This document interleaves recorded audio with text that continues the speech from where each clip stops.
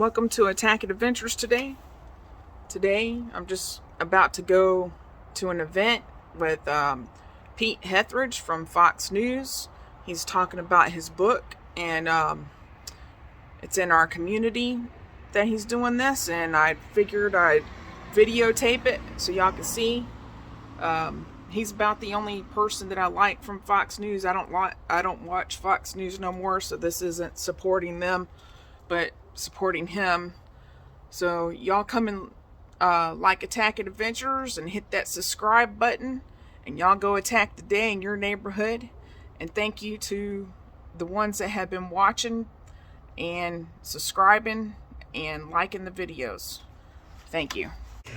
He's, of course, co-host of Fox and Friends Weekends. He's also a commentator who appears as a guest regularly on several other shows and on Fox Nation. And tonight we all get to see Pete in prime time. Forget Jesse Waters. She's normally on 7 for the rest of the country. But we get Pete here tonight without any commercial interruptions. So that's a big private life in front of the camera. He served as an infantry captain in the Army National Guard, and he served in Afghanistan and Iraq and Guantanamo Bay. He holds 2 Bronze Stars and a Combat Infantryman Badge for his service in Iraq and Afghanistan. And Pete, along with David Goodwin, of course, and let's switch screens up there, Roger. Let's get the book up there, all right? Co-wrote a book that was released 6 months ago that many of you already have, Battle for the American Mind. And both men have been quoted as saying that this work is more than a book. It's actually a field guide for remaking school in the United States of America. Right? Their goal is to recover a lost philosophy of education grounded in virtue, grounded in excellence, that can arm future generations to fight for freedom under the banner of the Lord Jesus Christ. Can you get it, amen?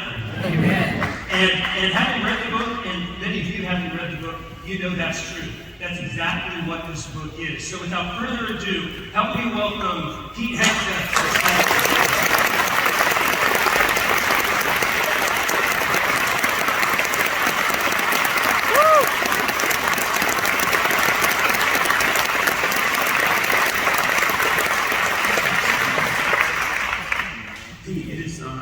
It's so good to have you here, and I don't know if I've got questions. I've got so many questions, right? So we'll start with mine, and then we'll pass the mic or something. But I'd like to know how you got to the station you're at today. You're born in Minnesota, right? You played basketball in your high school, just an ordinary kid. Got a degree from Harvard, got a degree from Princeton. Kind of turned those back in, or at least one of them. I think I saw that. And then you served in the military. But how in the world do you end up on Fox News? Good question. Thank you for having me, by the way, Gene and Dell and everybody here. I'd much rather be, it's like Manhattan Island or Moore County.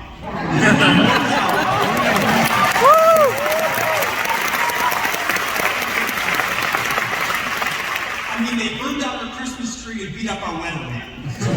Why are we there? It's a good question. I never intended to be on television. It was never a goal of mine. I've always been interested in culture and in politics, all that. But I was in the military. I ran some veterans organizations. And through those veterans organizations, I ended up on TV talking about the war in Iraq and Afghanistan, or what our vets are facing at the VA, or foreign policy. And one time, Fox and Friends said, have you ever thought about asking questions instead of answering them? And I said, sure, I'll try anything one time. And it must have gone okay, and I've been a guest host. I guess we're always just guest hosts. Permanent guest host of Fox and Friends Weekend since then. So I feel blessed, but I don't see myself as a TV host or a journalist. I'm definitely not. I've been very clear about that. I'm an advocate for God and country as best I can, as a humble. I'm,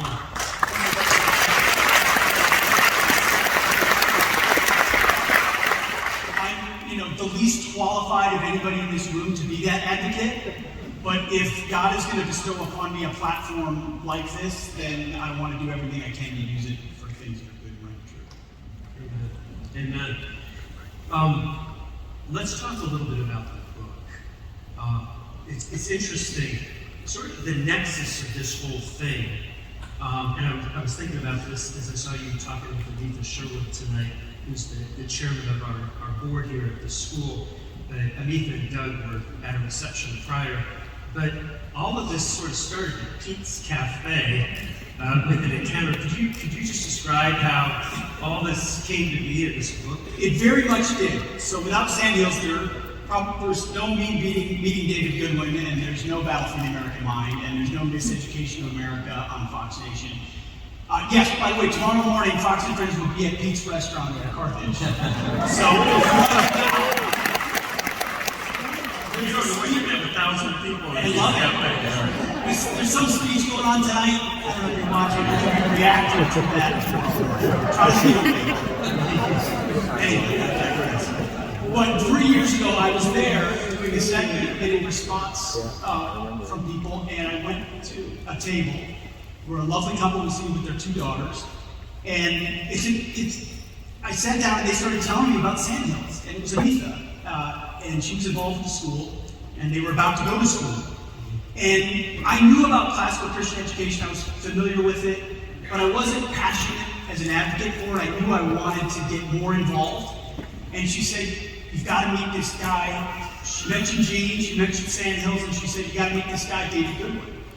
And she connected us over email, and I truly believe it was a providential moment, because without that interaction, you have 100 interactions at tables at a diner and in any given segment. And it stuck with me. She gave me his info. I emailed him. We became fast friends. He was working on a project. I wanted to work on a project. And he knew a lot of things I didn't know. And I knew a lot of things he wasn't a part of, didn't have access to, and didn't necessarily know. And we kind of realized, man, if we work together, I think we've got something here. So Battle for the American Mind was born from that. I really wish David could have been here tonight. He is a dear friend and mentor to all of us up here. And I think of it this way in the book project. It's like Indiana Jones.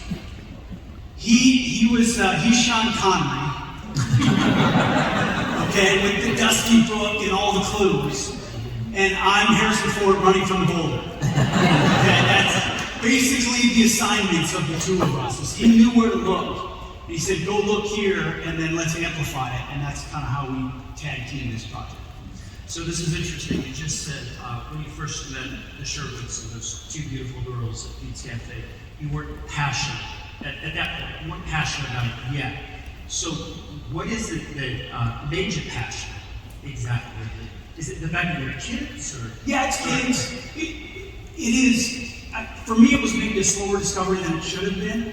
But then, if you haven't looked at classical Christian education, maybe you get hung up on classical, like what is classical? Is it this old-timey thing of the way they used to teach people, but it's not really relevant anymore? Like, aren't we focused on STEM, and aren't we focused on the latest and greatest? What is this classical? So if you're programmed the way I was, you sort of go, I don't know. And you mentioned how I grew up. My dad was a public school teacher. He was a gym teacher. He was a high school basketball coach at a local public school. My mom stayed at home with us. I assumed it was I'm pretty proud of our blue-collar background. It's good enough for me. It's good enough for my kids. I went to public school. They're going to public school. And maybe it's a little bit more left-wing than it was when I was, but you know what? They're going to be salt and light, and they're going to go to public school. That was my backside. That was my... it was almost ingrained in what I wanted. This is what we do in America. We send our kids to public school, and it's the rich kids that can go to private school. And that was the chip I had on my shoulder, at least where I came from. And so I came into the issue of education saying, let's reform the public schools. And what more can we do to provide choice? And a lot of those things are still good. But then, like a lot of other parents, I was mugged by the reality of the culture in front of me. And thankfully, over time, introduced to the ideas of classical Christian education, started doing research, started to get a sense of whether or not it was a viable option. And then truth be told, and we write about this in the book, David had been working on portions of a manuscript about, different aspects of it. He sent me a couple chapters. And I remember reading it, and I went into the room with my wife, and I'm like, babe, you gotta read this. They teach this stuff today in schools. It's the way our founders were educated. It's the way Western civilization was perpetuated for 2,000 years. It's the nexus of Athens and Jerusalem. It's logic and reason and faith. And we used to teach it in America. Our founders were educated this way, but we've totally lost it. And there are these really interesting people that have rediscovered it. And they've started these schools. And maybe we can go to one. But we live in New Jersey. But it was that, I'm like this. I'm kind of a 0 to 60 kind of guy. Like, you're either got nothing from me or you're getting everything from me. And so as David and I had these conversations and I started to realize it was there, it was like a ticking clock in my mind. I started to realize every minute, every moment, I didn't have all my kids in classical Christian education was a minute and a moment that I was failing. Because I wasn't giving them access to the kind of wisdom and beauty and truth and virtue that they deserve as young molded minds. And like all of you look out the culture today. I don't have a degree in education. I went to some fancy schools, but I got dumber as a result of it. That is why I sent my degree from Harvard back, live on national television. My mom was really mad. She's like, Pete, you worked so hard for that degree.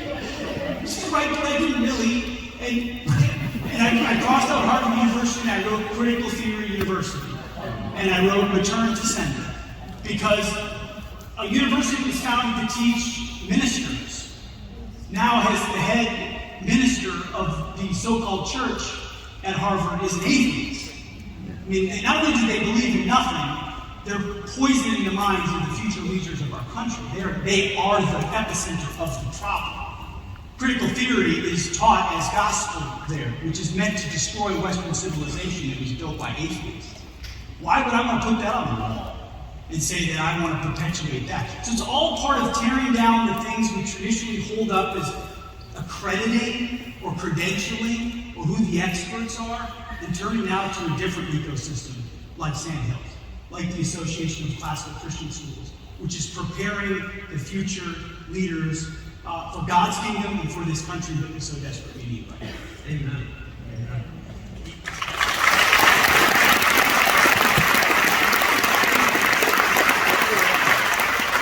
You mentioned it, critical theory. Actually, critical theory comes in all shapes and sizes. But critical race theory is something that, especially during COVID and all that unrest, God used COVID in such an amazing way to bring things to mind.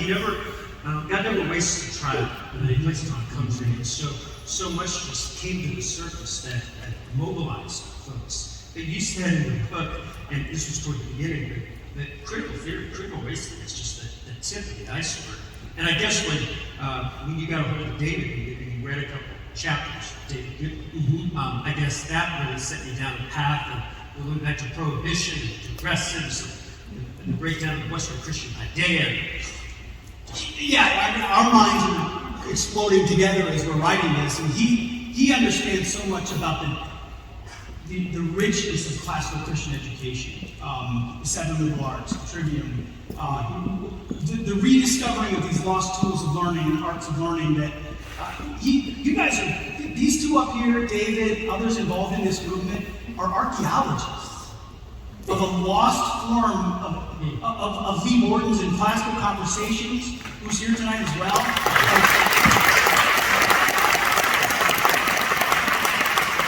They are quite literally archaeologists.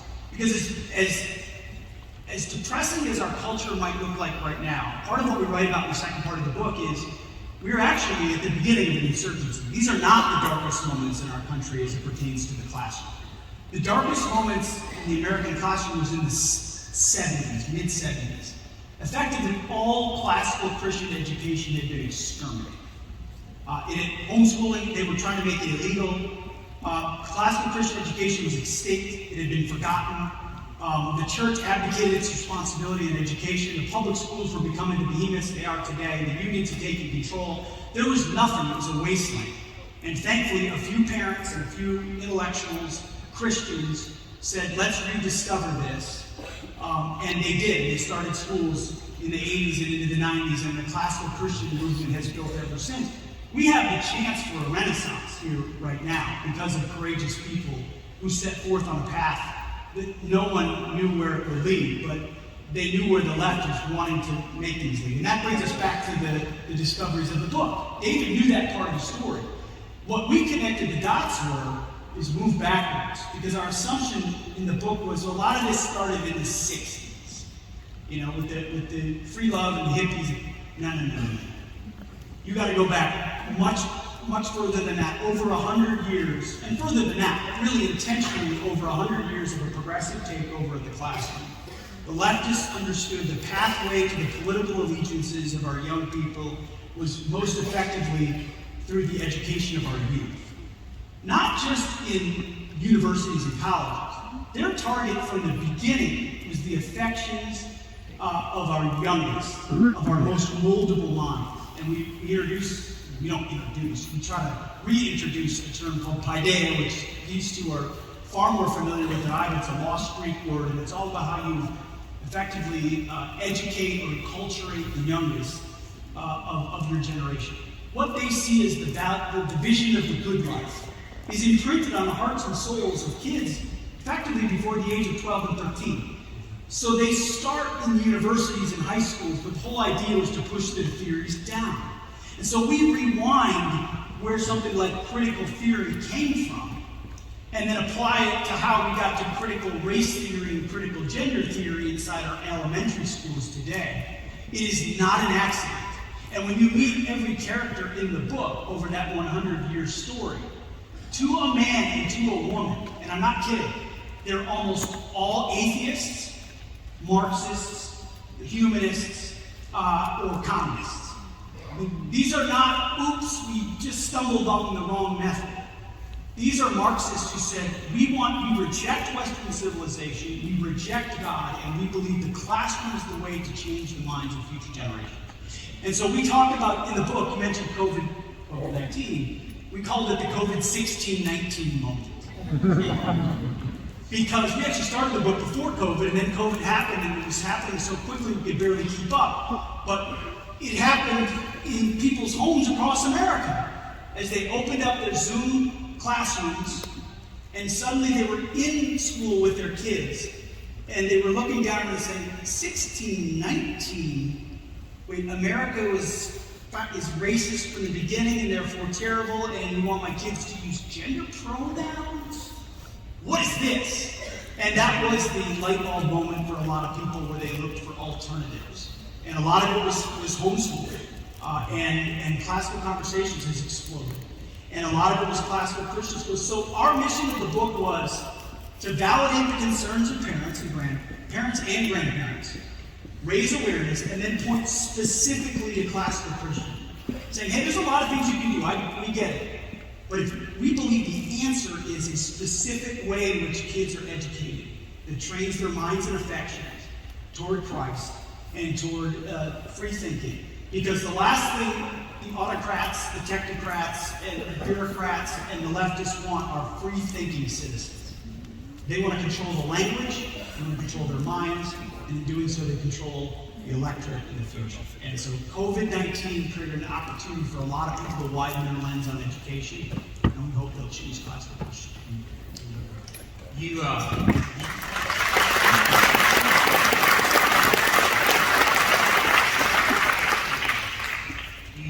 use words like insurgency a lot.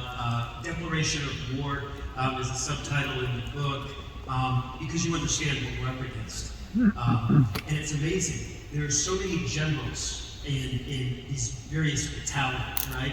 So 1981, Doug Wilson starts Mogas School. Just 1981.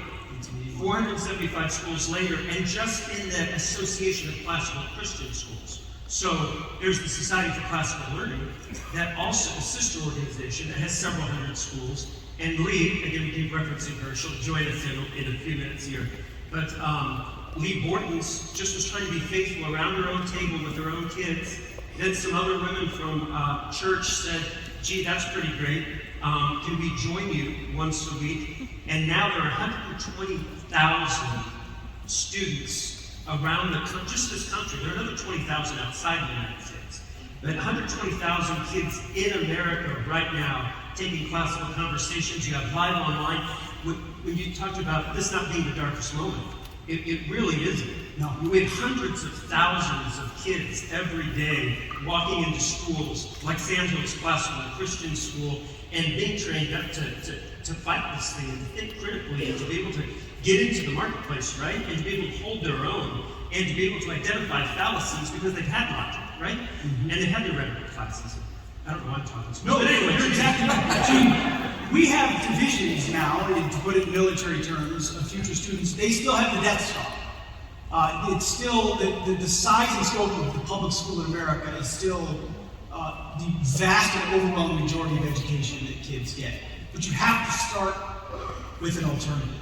And that's the argument of the book too, is I encourage parents and grandparents to, David and I do, to try to radically reorient your lives around the education of your kids. Because we can't afford right now to produce survivors. I'm a survivor.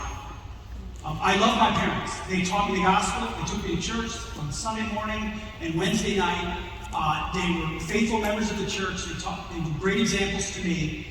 And then I went to what I didn't even know in a conservative community was a secular progressive high school. We didn't really know it. We didn't really think about it. It didn't look very political. There weren't gender pronouns. We weren't talking about 1619. But when you uncover the way we used to educate, it's all progressive. Including the school you likely went to. Your kids or grandkids, if they're in public school, likely went to. Even if it's in a conservative or wealthy zip code.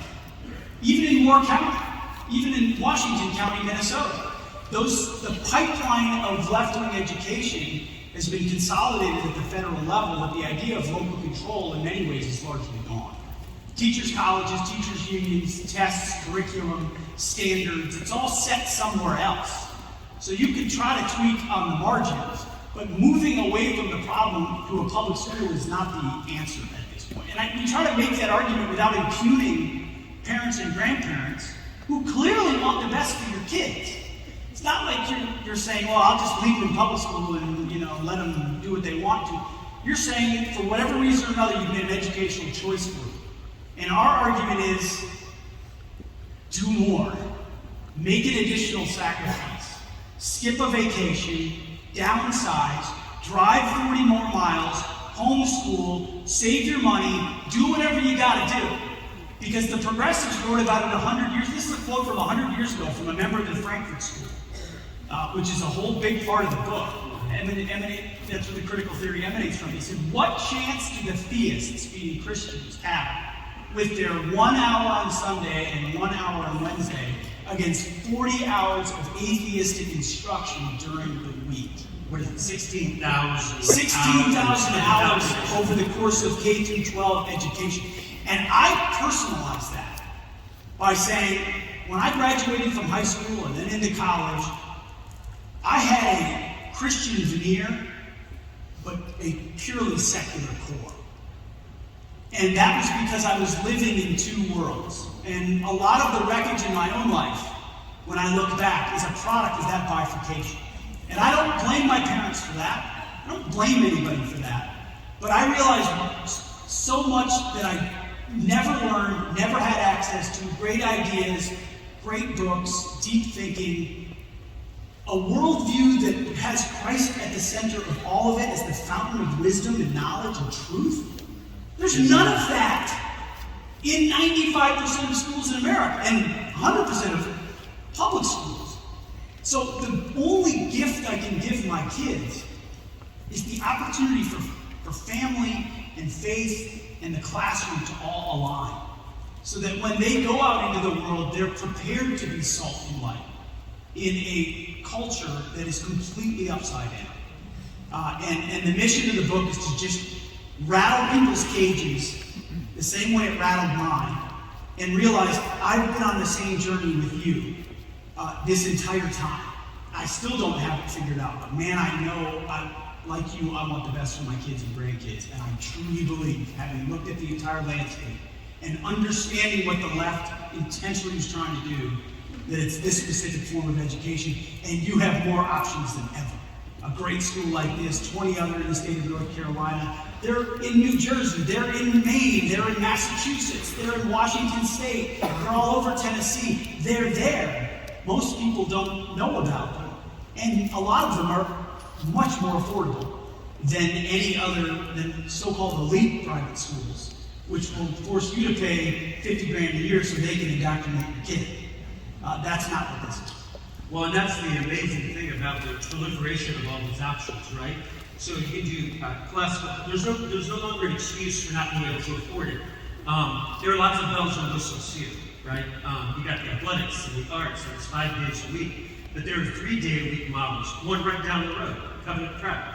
You've got classical conversations. You've got online, live online, amazing. Classical Christian education that way. So there's no more that excuse. We can't afford it. You want it bad enough, you have a taste for it, there's an answer for you regardless of your socioeconomic background. That's just the way it is. But that's not the way it always was. And that's right. And that's why we are blessed and fortunate to be in this moment. And because if you're like me, I mean, you wake up in the morning, you turn on Fox and Friends, you're like, what in the world is going on?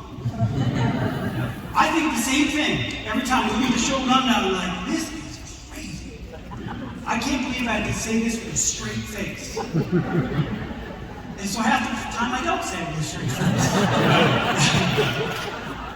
But it's frustrating enough for me with a platform to yell about it. You know, watching it, there's only so much you can throw things at the TV or try to vote for a politician who's going to fail in their promise to you. You realize there's only, like, my wife and my kids and my that I really have the sphere of influence over affecting. There's nothing else to leave on this earth that we are a mere blink on. And that's what we've lost in, not just in faith, but in Western civilization. We used to have a story. We used to have a common language. We used to understand our history, our civilization, our heroes, our tales. We knew who Moses and David were, Daniel were. We understood the gospel. We are on an experiment, as we write about in the book, of attempting to keep a country that is not just forgetting its story, but is rewriting it and rejecting it. You know, whole cloth with entire generations of people. You can't keep a country or a civilization when you are training kids to hate the very country and civilization that they're in. Right. That is exactly what we're doing right now. And then you tell boys that they're girls, and girls that they're boys. Anybody that tells me that men can be pregnant is not an expert. That's my basic statement. Right.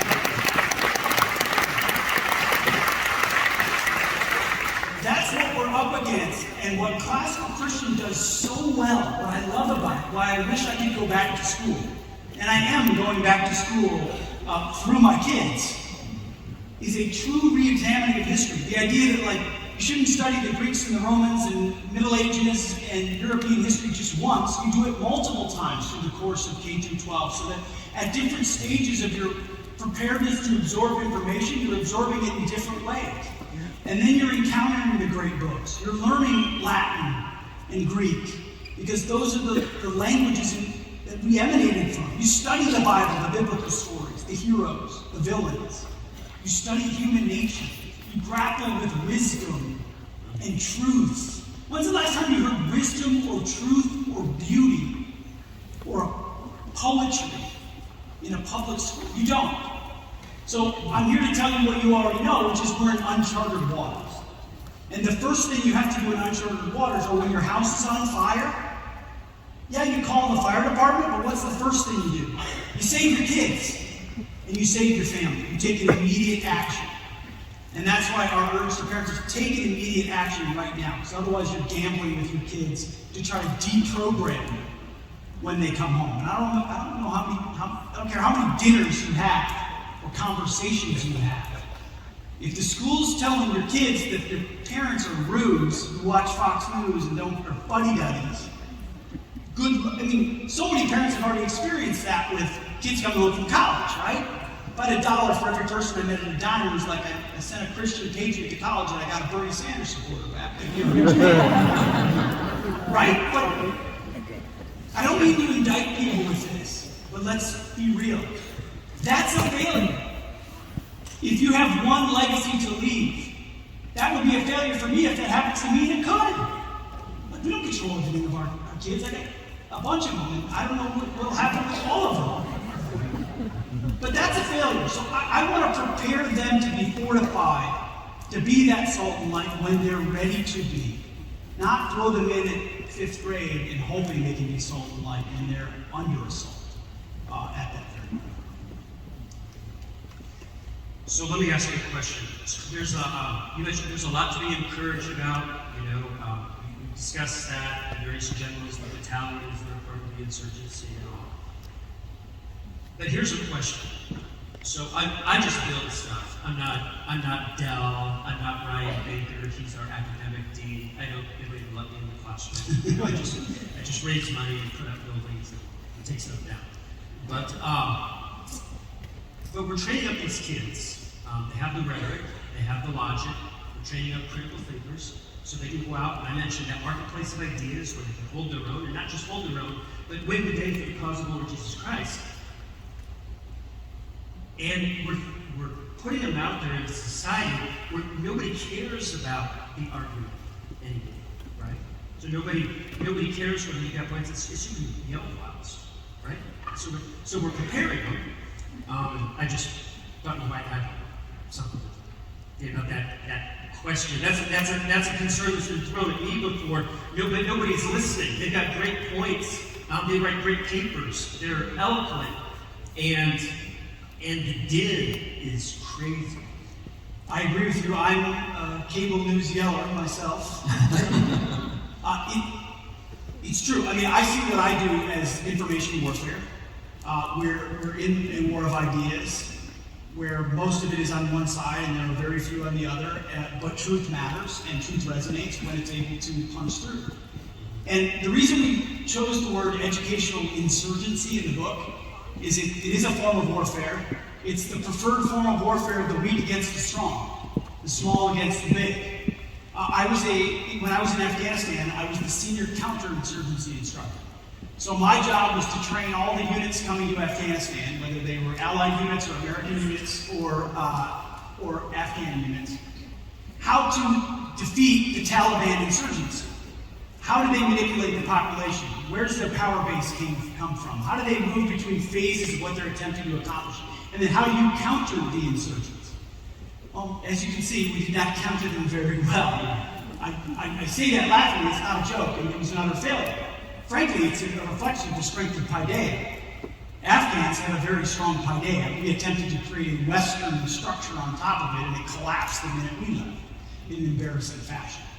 But insurgency is what the weak can do against the fortified and the strong. And when I talk about the Death Star, it's the funding of the Federal Department of Education. It's the teachers' unions and their total grip on political power. It's the media that defends them. It's the politicians that are beholden to them. It's the teachers' colleges that produce the next generation of teachers, public and private. By the way, the Frankfurt School, which started all this critical theory stuff, they landed at Columbia University because they were fleeing the Nazis. Ironically, the Marxists were fleeing the Nazis, and they landed at Columbia. Columbia, then and now, is the preeminent teachers' college in America.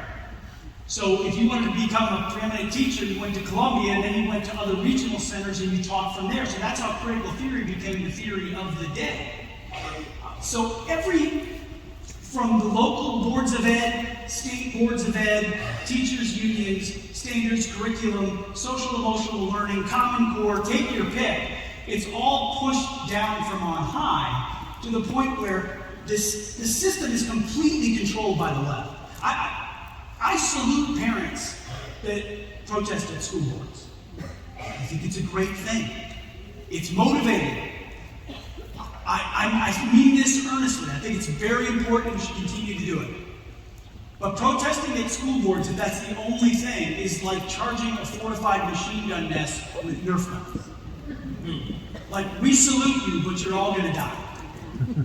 Because you're running up against a machine that when you leave that meeting says, well, we survived that, and it only fortifies their insular power even more. And they say, we'll brush you off again and again, and your kid will graduate and you'll leave, and we'll consolidate even more power. They don't lose their jobs, they just make problems go away, in most cases. And so we want parents to recognize the extent to which defeating the public school system or reforming it at this point is not going to happen. We have to form our own alternate ecosystem of schools. Different types that fit different families, from homeschools to hybrid to classical Christian to others, to create a model and a pipeline of future free thinkers, Christians, and citizens. You see, it's never the 50 or 70% that change history. It's the 1 or 2 or 3%. I mean, most people were not involved in the revolutionary cause in the 1760s and 1770s. It was a very small percentage of people who understood what's at stake. We are in the ashes of American civilization right now. We can't play in those ashes. We have to create our own ecosystem. And so what I would say to people coming out of classical Christian is, go build the teachers' colleges, which I know you're involved in. Go build the future universities that we're going to need these kids to be professors. Go become a professor. Go start the next Daily Wire, or next podcast, or next Fox News, or next publisher. You know, most publishing houses won't publish conservative books today because they're so low. Go start one. Go start a restaurant that, you know, plays Christian music and caters to, I mean, whatever it is. Go be a part of the answer with what you can affect. And if you build it, they will come. As Kevin Costner said. I mean, because eventually there will be a market demand for truth as more people who've heard and have access to that truth seek it. And then you've got the 2% and the 3% and the 4%. And now you're cooking with gas. And I think as well, the road leader who in finding the Death Star says, stay on target. Yes. Stay on target. 727 weeks that we have with the kid from K to 13. 727 weeks. That's what we have with the kids. Maximizing each and every one. And a failure of the leftist agenda and the public school system is an assumption at the core of a neutral education is neutral. And there's nothing that's neutral in the world. Abraham Kuyper said there's not one square inch of the universe that God doesn't look at and say it's mine. And so every math problem, every Shirley grammar endeavor to understand what a noun or a verb, it's all charged with meaning underneath the sovereignty of the Lord Jesus Christ and the triune of Scripture. And so as we stay on target in those little things, as we remain faithful in those little things, God makes brick with no straw.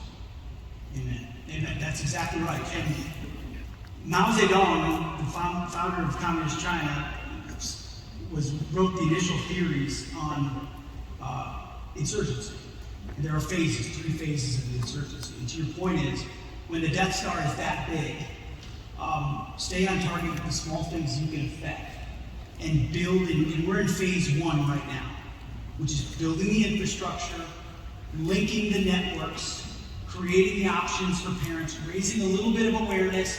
And in phase 1, that's when the Death Star is, the unions, they think they're more powerful than ever, but they're very arrogant, they're very slow to move, they overreact, and they expose themselves. And it's just like American troops or counterinsurgents elsewhere. If they get attacked, don't overreact. They're going to play out the inevitability of their failed and godless logic right before us. It's our job at Fox to amplify their failures, to do the best we can. But it's all of our jobs to provide the alternative in phase 1, so that eventually is a market demand for the type of truth you're talking about in those weeks. And eventually, that school system has to react to the reality that they've got a really, really, really bad product. That is value neutral, you're right, but it's not, right? I mean, they think they're value neutral, but they're pumping a value down the minds of our kids. It's pure indoctrination at this point. And they knew the first thing that, when you look at the progressives 100 years ago, they were very intentional and open. They wrote about it in the New Republic. They knew the one thing they had to remove. It's not about what they put in at first, it's what they removed. They knew they had to get rid of God. God was the immovable object to their utopian schemes. Because if God is there, then you understand our flawed and sinful nature, our human nature, that we are not perfectible. No scheme, no utopia is possible on earth. And that's what 120 years of American history and education in churches and communities and civic organizations had taught Americans up until progressives said, no, you're wrong, we're going to take that out. And that's when they were started to be able to capture the schoolroom. At the same time, the church faded away and other institutions abdicated their responsibility as well. So you're right. Stay on target and look at the growth here at Sandhills and other classical Christian schools and the association of classical conversations. That's really encouraging. You know, I think, Dale, you were at this conference. It was actually a church conference, but something you said just reminded me of something this pastor said from Cincinnati. He said, and big fan of Fox News, all that, but you watch the news and you pick up your phone. By the way, did you hand me my phone? I have no idea what time it is. There we go. All right. But you pick up your phone and you start to despair because I can't fix all of this, and it's so big. And the argument that this pastor who was doing this conference at our church was, he said, think county. Think county, not country. You're right, you can't fix all of that. But look at your own children, right? Build a school, homeschool, do whatever you have to do. You get involved locally. You probably won't be president, but maybe you can affect things politically in your own county, right? But think county instead of country, and you'll actually be able to accomplish something, and I guess if everybody else did that. Speaking of people who can do that, Lee's been waiting in the wings. He's probably asleep. Let's welcome Lee and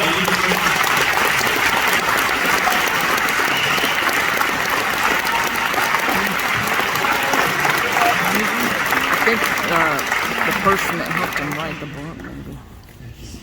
Steve. Oh.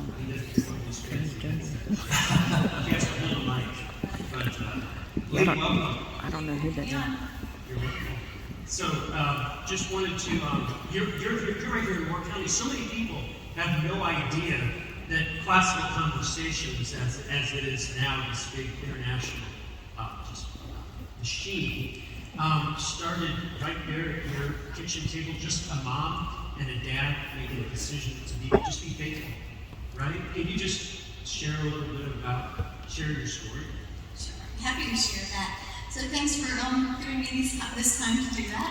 So Rob and I have 4 sons, all of whom are grown. The baby is 24 and in the special forces, and the oldest was just here on stage with these guys earlier. Robert runs classical conversations for us, and then our son John, he may have remodeled some of your homes. He has a thriving construction company in Moore County. And then our 3rd son, he's on our mind this week. He's getting married on Sunday, and so we're driving down to Florida at 5 a.m. in the morning. So all 4 of them are highly educated, highly employed, and seem to be able to find girlfriends. So from the world standard, we succeeded. But I would say from my perspective, the greatest joy we have is that our children walk with the Lord. And then my second greatest joy is I raised 4 sons who are voracious readers. Can't always say that about young men. And so when Robert was in his middle school years, we knew that we wanted to homeschool classically. And it's really difficult to do on your own because it requires dialectic and rhetoric skills. And so we started classical conversations in order to boost their opportunity to hang out with like-minded high school students who wanted to read the classics and thought that that was okay to do. And so The 5 women who helped start Classical Conversations all had these young teenagers, and we all got pregnant again. So 10 years later, we had more babies, and we said, all right, we didn't do a very good job the first time around. We learned our lesson with these high schoolers, and so we started the Foundations program for 4-year-olds and up in order to help our youngest be really prepared to read Shakespeare and study Latin and read the literature that this school offers. So 11 students in my basement in 1997, and I said 120,000 plus now, which would put us at approximately the 20th largest consolidated school district in the United States. Amen.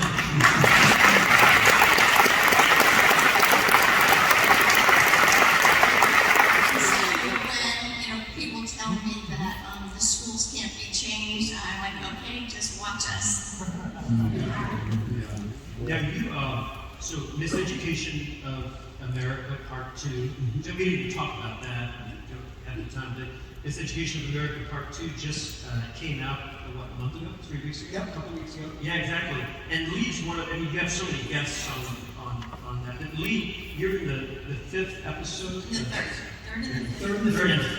And Miseducation of America is basically a film version of the book, especially season 1, which came out about a year ago, and season 2 came out a couple weeks ago. And what we knew we wanted to do is include a solutions section of the series. It's a 5-part series, season 2. We talk about gender theory, sex ed, where it came from. You look at the history of critical gender theory and sex ed. Like, it's pure perversion from the beginning. The data is made up. Yeah, it's Kinsey. What's the other name?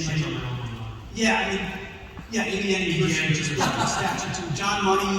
They were all perverts and pedophiles who fraudulently created data, all with the intent of breaking down the innocence of kids and exposing them to sexual content. Isn't it crazy? They're erecting statues to Kinsey, and they're tearing down statues of our founders. It's exactly where we are in this world. And then we talk about standards and unions, and then we knew we wanted to point out solutions. Because you can watch the film and get angry, and then you can say, what else is out there? And Classical Conversations was front and center to feature to say, hey, you don't have to move, you can do it here, and you can do it at home, and you can do it in a classical Christian way. And we're so grateful she was a part of it. Amen. Roger, can you put on the screen the Good Soil Report slide? Yeah. So this was amazing. I'm just going to hijack this for one second here, because it pertains to all of us that are involved in classical Christian education. So the Cardis Group, a research study group at the University of Notre Dame, did a study, and there are 100 of these sitting out in the lobby right now, so grab one when you leave. But they compared kids that go to public school, thousands and thousands of graduates at the age of 24 and 40, right? And it's an outcomes study. So they compared kids that go to public school to kids who go to private prep school, to kids who are homeschooled, but it's not classical Christian, to kids that are in parochial schools. They're in Christian schools, but they're not classical schools. And then they compared it to classical Christian education. And they ran the study, and they asked them a whole series of questions from, are you still in the faith? Are you raising your kids in an Orthodox fashion in the church? Were you prepared for college? Right? Are you involved in the community? Are you optimistic about the future? There are hundreds of questions. And this report, the Good Soil report, we were latecomers. David Goodwin found out about it, and he had a bunch of graduates inserted into it. But classical Christian education produced such results in this in these students, or these former students, that they ran the study again because they thought there must be a problem with it, because kids that were trained up with classical Christian education were off the charts, and you'll see all the graphs and pie charts and things like that. And so on your way out, please take, it's high-octane education that we provide. And I'm so thankful to be a part of it, and thankful to be in the boat with folks like you. And where do you go from here? What's I need for you with projects and this education? Yeah. Take a break time. No, this is the kind of thing that David and I, and through everyone we've gotten to meet, we're just going to not stop highlighting. I mean, it's thankfully the response. This is a little tidbit. The response to the book was beyond what we could have imagined. It was 4 weeks on the New York Times, 4 weeks at #1 on the New York Times bestseller list. So,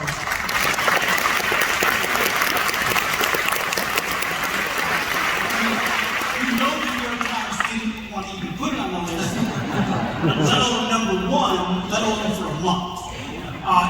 And then it was on for 14 weeks after that. But interestingly enough, if you traveled across the country and you went into Barnes & Noble's, no, we did mention Barnes & Noble once in the book, and you went to bookstores, it was #1 in the country. But if you walked in to find it, you couldn't find it anywhere. Or with the New York Times, you know where you go to the airport, you go to somebody else who shows the New York Times top 15 or 20 books? No. You can find one of them back in the current events section down at the bottom. And so it was direct sale for the book, it was Costco, Walmart, it was people hearing about it, ordering it online, that created such a response, and that response has reverberated as people have recommended the book to more people. The sales have continued, which was never about the sales for us, it was always about just getting the word out. We're grateful to Fox that they've been willing to continue to feature it. And we'll do more miseducation in America because we're still very miseducated. Myself included. But I just think shouting from the rooftops to encourage other people that we're right there with you, that this is not an elitist movement. This is not, something for rich people or for private kids. This is an elite education because it is introducing kids to a level of excellence that they can attain and ideas they deserve to be engaging with. We dumb down education. We water it down. We distill it into a textbook, and we tell kids to like it, and they hate it, and we wonder why. It's because we're not challenging them, we're not introducing them to original sources, we're not training them up to be beautiful singers and artists and poets. You walk into a classical Christian school, go to the art department. Or go to classical college, go to the art department in 10th, 11th, and 12th grades. I'd be like, that's better than all the garbage I see in museums these days. It's true. It's because classical Christian says we can train you in the forms of art. I don't even know how to use the words to explain it because I didn't do art. I cut out construction paper like the rest of them. They learn the forms of art and how to do it as part of the tradition of Western civilization. And so you're awestruck by it. Same with poetry, the way we used to converse, the usage of English and language. I don't even know how to conjugate a verb. What does it mean? I don't know. But my 6th grader does. And I write like I speak. That's how I write. I don't think in sentence diagrams and structures. I couldn't diagram a sentence right now if you gave me $1 million. But my 5th grader can. So therefore he's going to know how to write in a way that, he's more beautiful than I can. So I'm just going to keep sounding the alarm as best I can. As a failed vessel. Thank you.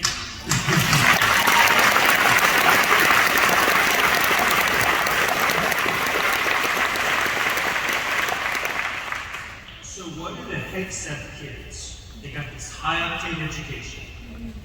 What do they do for 13th grade? So what do you do and where do you go? My answer is I don't know yet because my oldest is in 7th grade, but I'm in the process of compiling a list of acceptable universities. Right now it's very small.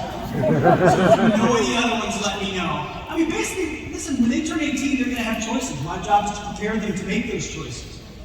I think part of what we'll say to them is, here's a list of schools we think is deserving of some support of our tuition money, and if you choose one of those, maybe we'll help you if you've earned it. Maybe. If you're not a punk. Otherwise, you're on your own. I'm not going to invest in a university with tuition dollars or support that I know is poisoning the minds of the next generation, which is pretty much every other university.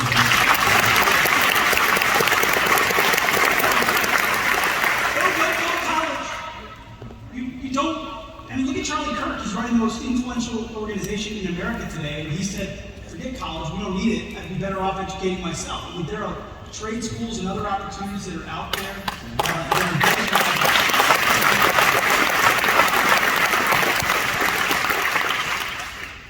Lee, markers and milestones.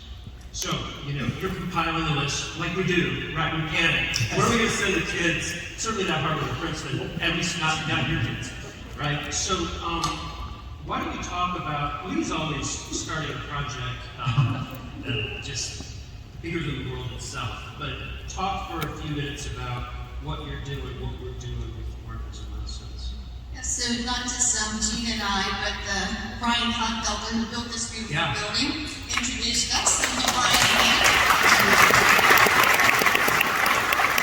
he introduced the two of us, and John Stevens, who's here, and I'm sure it comes fun. His children are here too, and then McKellen, Dan, and Tim, who started very classical Christian, where you're going tomorrow night. So we've been meeting regularly for about a year and a half, just trying to answer the question that Gene has raised.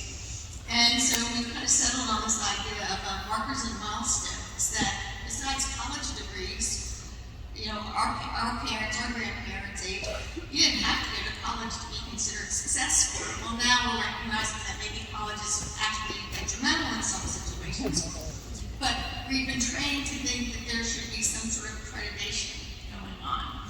And so if you look at the scriptures, it talks more about run the race marked for you, and the Old Testament has a lot of milestones to remember where you've been and what you've accomplished.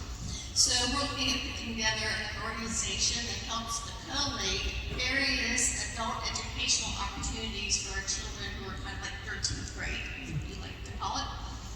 And so in about a month, we're going to be starting on Monday nights at 7 o'clock a podcast where we have a host who's very much embedded in the whole college world and knows everybody and anybody, and is trying to help people to make better choices and talk about what's truly Christian education for our young adults. I am a firm believer in college. I do not want it to go away.